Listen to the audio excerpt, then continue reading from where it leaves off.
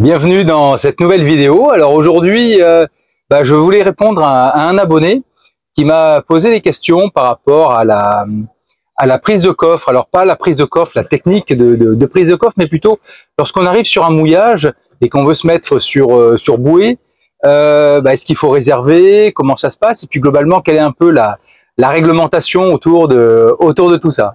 Dans cette vidéo, on va parler de coffre, on va parler de bouée, on va parler d'AOT, d'autorisation d'occupation temporaire, on va parler de réglementation, et puis de tout un tas d'autres choses.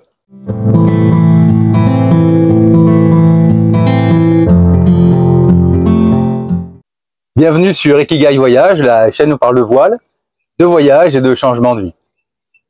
Lorsqu'on arrive sur un mouillage, en fait, on a que deux possibilités. Soit on se met à l'ancre, soit on prend une bouée quand il y a des bouées. Alors la question c'est, quelle est la preuve? Est-ce que je prends la première bouée qui vient? Est-ce que je dois payer, pas payer? Puis s'il faut que je paye, à qui je dois m'adresser? Donc la question est légitime, hein.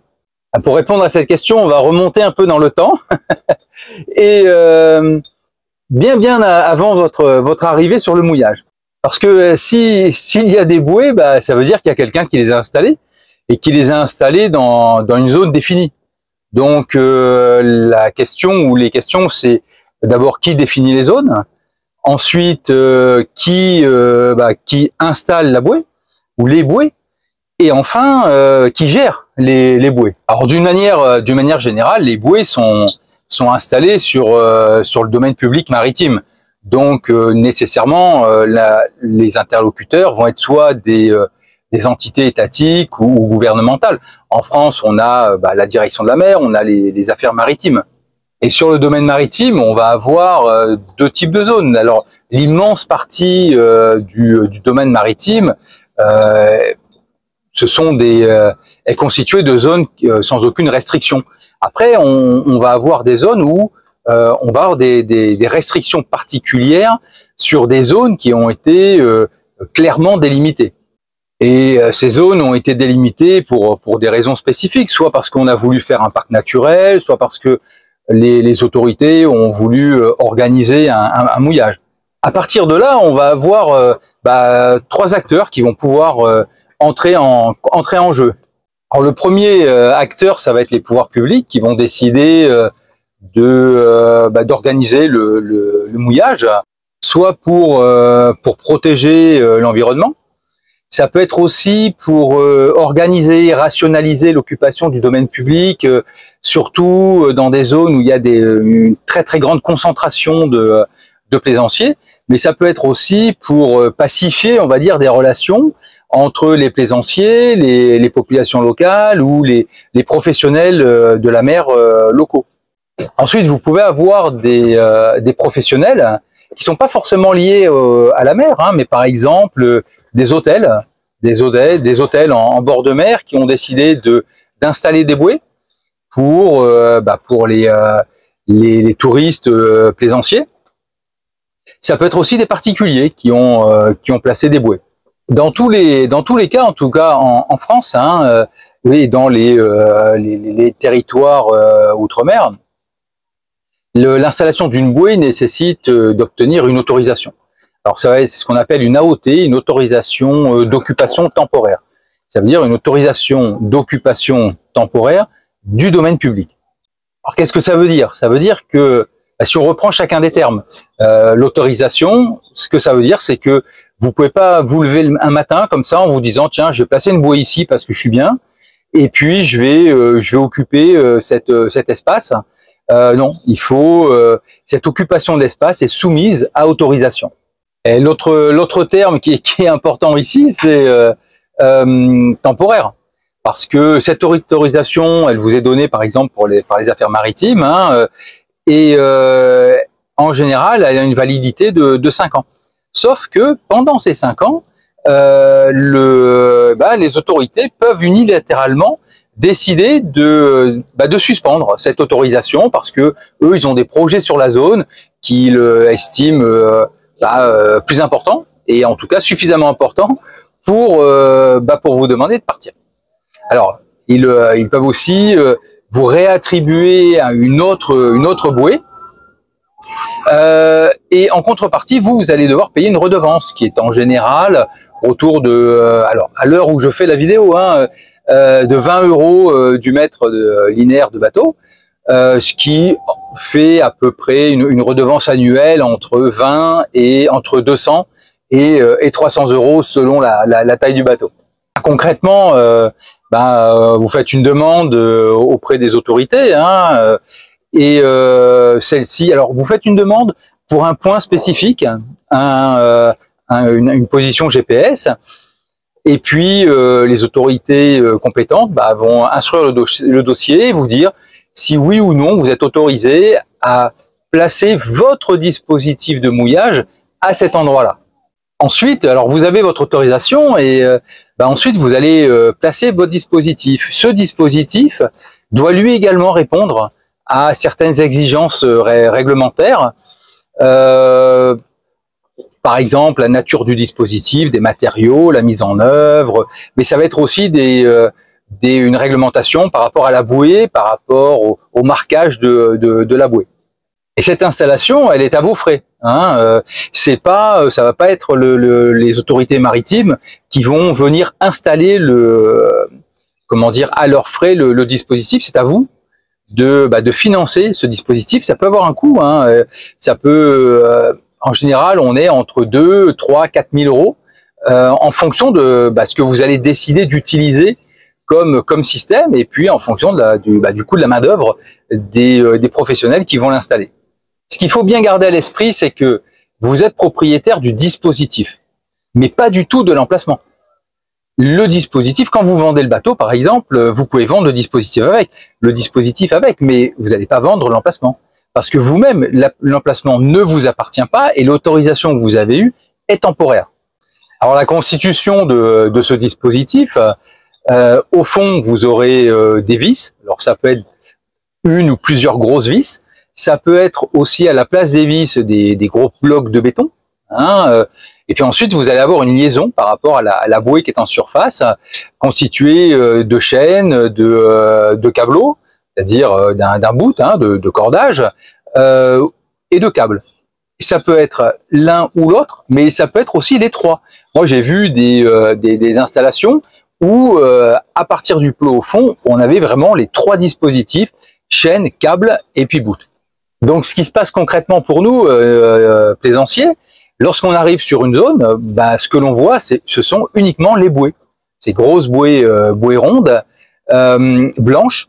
Et alors, lorsque ce sont des bouées qui correspondent à des AOT détenues par des particuliers, sur la bouée, il y a théoriquement la nécessité d'inscrire le numéro d'AOT ou le nom du bateau, de manière à ce qu'on puisse identifier clairement que la bouée appartient à quelqu'un et qu'on puisse identifier ce quelqu'un. Personnellement, quand j'arrive sur un mouillage et que je vois ce type de bouée, je sais que je vais pas la prendre parce que si elle est libre, c'est que le propriétaire est parti soit en balade, soit parti pour plusieurs jours, mais en tout cas, je prends le risque de le voir revenir alors que moi je suis au mouillage. Alors après, vous pouvez tomber sur des propriétaires conciliants. Moi, un jour, j'étais à l'ancre, et puis à côté de moi, il y avait un cata, un bateau copain, et puis je lui dis, mais c'est ton emplacement ici? Il me dit, non, moi j'ai une bouée ici, et ma bouée, elle est là-bas, mais il y a un gars qui s'est mis là, un bateau qui s'est mis là, alors j'attends qu'il s'en aille. Bon, il était sympa, hein, il a attendu, mais il a attendu 2 semaines, hein. Et puis au bout de 2 semaines, le bateau est parti, et lui, il est parti retrouver sa bouée. Alors des fois, ça se passe comme ça. Des fois, ça se passe un peu moins bien. Et si ça se passe un peu moins bien, par exemple, le bateau arrive alors qu'il fait nuit, bon, ça peut être source de tension sur pour les équipages. Et au terme des 5 années, ou des fois même avant, hein, la personne qui a demandé la l'AOT peut très bien, au bout de 2 ans, dire bon maintenant c'est fini, j'ai fini le temps que je voulais passer ici, je reprends mon voyage et donc libérer le corps mort. Comme il est propriétaire du dispositif, il peut très bien décider de garder le dispositif ou de le revendre, ou de le laisser sur place. Parfois, sur des mouillages, on voit des personnes qui se disent, bah moi je suis là depuis longtemps, tiens, je vais aller faire un tour au fond. Il y a plein de blocs, il y a plein de corps morts. Enfin, il y a plein de blocs au fond qui étaient d'anciens corps morts. Je vais un petit peu les répertorier, puis créer des corps morts. Et là, ils décident soit de les louer ou même de les vendre. Sachez que en fait, ces corps morts n'ont aucune existence, aucune valeur légale, hein, parce que d'abord, la personne est allée au fond à récupérer des blocs, mais elle ne dispose pas d'AOT pour ces blocs. Elle n'est pas propriétaire du domaine public, c'est pas possible. Et donc, si vous êtes tenté d'acheter un corps mort qui peut se vendre parfois à 1000 €, sachez que bah ça n'a pas de valeur.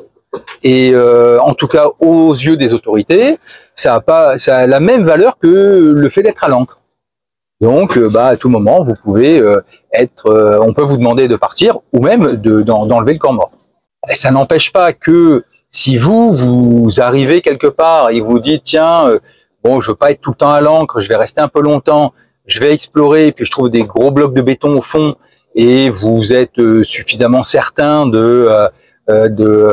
poids de ça, et que vous voulez faire votre propre corps mort, vous pouvez le faire. On voit plein de bouées qui ressemblent pas du tout à des bouées, qui sont des bidons, etc. Ce sont des personnes qui sont arrivées, se sont mis de la chaîne sur un cube en béton, et puis ils se sont dit bon bah voilà, je me fais mon corps mort ici. Mais bon, il n'y a pas d'autorisation d'occupation du territoire, et au nom de la loi, c'est comme si ces personnes étaient à l'encre en fait. Elles ne peuvent absolument rien revendiquer du tout. Donc j'arrive sur mon mouillage, et puis bon, je vois des bouées avec des numéros, mais des bouées un peu isolées comme ça. Je me dis bon, ça appartient à des particuliers, je vais pas y aller, mais je peux arriver sur un mouillage, et puis il y a quand même beaucoup de bouées. Et là, je suis quasiment certain d'être dans le cas d'un mouillage organisé, et ces bouées peuvent être marquées ou non. Et la plupart du temps, elles sont pas marquées. Donc, quand on voit un champ de bouées toute blanche, c'est-à-dire sans marque particulière, là, je suis à peu près sûr d'être dans un mouillage organisé. Ça veut dire que là, il y a une forte probabilité qu'il y ait quelqu'un qui gère ce parc. Et le gestionnaire du parc, ça peut être une marina, par exemple. Ça peut être une structure spécifique de gestion. Alors la première chose que personnellement je fais lorsque j'arrive sur ce type de site et que j'ai envie de prendre une bouée, je vais regarder dans la doc. Alors soit la doc sous forme d'appli, les applis de navigation qu'on a, Navionics ou Boating, là, c'est la même appli. Navili, par exemple, vont nous donner ce type d'éléments. Et puis vous aurez également toute la documentation papier, les pilot books, les cruising guides, enfin tous les guides nautiques, les almanachs, le bloc marine. Voilà. En tout cas, on a suffisamment de documentation pour arriver à identifier qui est le gestionnaire, qui on doit appeler, avoir soit son numéro de téléphone ou soit le canal VHF pour le contacter. Cette documentation, qu'elle soit électronique ou papier, va aussi vous indiquer si les bouées sont payantes ou non. Et les structures qui vont gérer ces parcs de bouées sont indépendantes les unes des autres. Donc en fait, elles sont parfaitement libres d'établir les procédures de réservation, d'occupation, de règlement et de tarifs qu'elles souhaitent. Et donc du coup, ça veut dire qu'on peut avoir des choses qui se ressemblent, mais aussi des choses qui sont très très différentes d'un parc à l'autre. Et nous, sur Ikigai, ce que nous faisons, c'est que systématiquement, nous appelons, ne serait-ce que pour savoir si c'est payant ou non, s'il faut réserver ou non.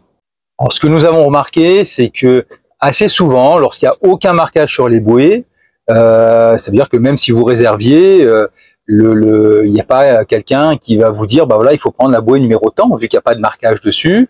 Ou alors, il faudrait qu'ils envoient quelqu'un pour vous dire, on vous envoie quelqu'un pour vous montrer la bouée. Donc, très souvent, quand il n'y a pas de marquage, vous vous installez sur la bouée et vous pouvez contacter après les services et qui vont envoyer quelqu'un. Si vous le faites pas, ce qui peut se passer, c'est que soit le lendemain matin ou au cours de sa tournée, l'agent qui est chargé d'identifier les bateaux qui sont sur les bouées et puis de charger de l'encaissement, hein, va de toute façon faire sa tournée. Lui, c'est très très bien les bateaux qui sont là. Il va simplement vous demander pour combien de jours vous comptez rester. Donc selon les contextes, les environnements, vous allez contacter soit la capitainerie, soit la marina, soit l'organisme qui est en charge de la gestion ou le port. Hein, voilà. Et puis ensuite, eux vont de toute façon vous aiguiller vers le bon interlocuteur. Après, il y a des cas particuliers, soit vous arrivez en pleine nuit, bon bah on va rien vous dire si vous avez pris une bouée, soit vous fuyez du très mauvais temps, il y a un cyclone, vous fuyez le cyclone. Là, en général, les administrateurs des sites et puis même les marinas ou les ports sont beaucoup plus indulgents et beaucoup plus, comment dire, tolérants par rapport à la réglementation. On voit qu'il y a tout un tas de mangroves qui sont interdites en temps normal, mais pendant la saison cyclonique, il y a une forme de tolérance d'aller se réfugier dans les mangroves. Ensuite, même si vous avez pris la bouée et que cette bouée était réservée, bon, ce qui va vous arriver, c'est qu'on va vous demander de bouger. Alors, soit il y a beaucoup de bouées disponibles, et puis à ce moment-là, la personne qui gère le parc va dire à celui qui a réservé, au lieu de prendre la 18, vous prenez la 25. Ça peut se passer comme ça, ou alors on va vous demander de bouger. Là où ça peut être un petit peu plus tendu, c'est si la personne qui a réservé est en train d'arriver sur la bouée et qu'elle voit que sa bouée est occupée. Parfois, ça peut mettre les gens sous tension. Et là, créer des accrochages entre plaisanciers. Mais du côté des gestionnaires, j'ai jamais vu quelqu'un qui a pris une amende parce qu'il s'était mis à une bouée et quand on lui a dit de partir, il est parti. Bon, il n'a pas eu d'amende. Concernant les bouées, il y a deux cas qui sont un peu particuliers, un peu spécifiques. Le premier, c'est si votre bouée se trouve à l'intérieur d'un parc ou d'une réserve et que l'accès au parc et à la réserve est payant. Donc là, en général, ce sont les rangers qui vont arriver et qui vont vous faire payer et l'entrée du parc et l'occupation de la bouée. Alors, ça peut aussi se faire par Internet. À ce moment-là, bon, vous leur donnez le numéro et puis eux, ils se débrouillent avec ça. Donc, par exemple, au Tobago Case, tout peut se faire par Internet. Mais si vous ne l'avez pas fait par Internet, de toute façon, les rangers vont passer. Et le prix va tenir compte du nombre de personnes, de la taille du bateau, du nombre de jours évidemment que vous allez rester. L'autre situation qu'on rencontre, c'est dans certaines zones, certaines îles, vous avez des boy boats. Alors ça va être des personnes avec des bateaux moteurs qui sillonnent de long en large la zone d'arrivée. Et lorsqu'ils voient un bateau arriver, même de très loin, peuvent venir vous voir et vous dire là-bas c'est des bouées, si vous prenez une bouée je peux vous aider à vous amarrer.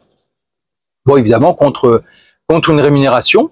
La plupart du temps ces personnes travaillent à leur propre compte, ne sont pas du tout propriétaires des bouées, ne travaillent pas pour la réserve, le parc national, ni pour le gestionnaire qui gère les bouées. Donc, ça veut dire que vous allez payer l'aide à l'amarrage, vous allez payer l'entrée du parc et vous allez payer l'occupation de la bouée. Comment les professionnels, les gestionnaires justifient le fait de vous faire payer? Alors, ils le justifient en disant, d'abord, il y a l'amortissement de l'investissement, c'est-à-dire le dispositif et puis son installation. Il y a son entretien aussi qui a un coût. Eux-mêmes payent parfois des redevances pour pouvoir occuper le domaine public. Et puis la volonté plus ou moins affichée d'avoir une ressource financière. Alors moi, je n'ai pas de point de vue là-dessus en disant c'est bien, c'est pas bien, c'est que pour faire du pognon, etc. C'est pas du tout l'objet pour moi du débat. En tout cas, les gestionnaires vont le justifier ainsi. Ensuite, vous avez les professionnels dans les catégories qu'on a vues. On a vu les particuliers, on a vu les gestionnaires. On a vu maintenant il y a les professionnels. Les professionnels, par exemple, les hôtels. Il y a certains hôtels qui, à leurs frais, ont fait installer des bouées, payent aussi une redevance et mettent les bouées à disposition gratuitement des plaisanciers Bon, la contrepartie, c'est que il faut aller consommer dans leur établissement. Bon, c'est quand même la moindre des choses. Mais certains vont faire payer hein, la bouée. Dans tous les cas, quand vous prenez une bouée, quand vous êtes sur corps mort, je vous encourage très très très fortement à plonger pour aller vérifier l'état du dispositif, même dans des réserves et même si on vous a fait payer, que c'est censé vous garantir, vous assurer de la bonne tenue du corps mort. J'ai rencontré plusieurs plaisanciers, alors quand je dis plusieurs, c'est pas un ou deux, c'est quand même un petit peu plus, qui ont vu le dispositif lâché, lâché en pleine nuit. Alors, je me souviens d'un qui me disait, nous on nous a demandé de mouiller à tel endroit, les bouées sont relativement proches du bord, c'est-à-dire à 2-3 longueurs de bateau hein, du bord. Et un matin, le matin, vers 6 heures, il se lève du bateau, il va dehors pour faire ses besoins par-dessus bord là, et là, il s'aperçoit qu'en fait, le bateau est en train de dériver vers la côte. Et le dispositif avait complètement lâché et le bateau partait. Alors heureusement que lui a eu cette envie pressante à ce moment-là, sinon il aurait été quand même dans une situation extrêmement compliquée. Allez, un tout dernier point, alors qui n'a pas à voir avec le fait de payer ou non une bouée, mais par contre, ça a à voir avec le fait, si vous arrivez et que vous décidez de mouiller sur ancre et qu'une bouée est pas loin, rappelez-vous que la bouée est considérée comme un bateau, qu'il y ait ou non un bateau accroché dessus. Ce qui peut se produire, c'est que vous regardez votre plan d'eau, l'endroit idéal pour aller jeter l'ancre, dérouler de la chaîne, et votre position finale fait que votre bateau se retrouve à moins d'une longueur de bateau ou à une longueur du bateau d'une bouée.